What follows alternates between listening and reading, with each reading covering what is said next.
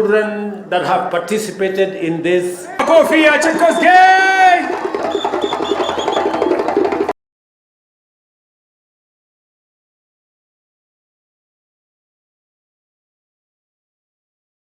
And to those who have come from far, this is home. Make it your other home next time. You're most welcome to Kenya. Let me also congratulate our Sports Federation and the Schools Federation for organizing this event, a world-class event and an international event. Congratulations to all of us. As we come to the close of this celebration and this competition, Nairobi still has more to offer. Kenya has still more to offer. Please find time and assemble magical Kenya.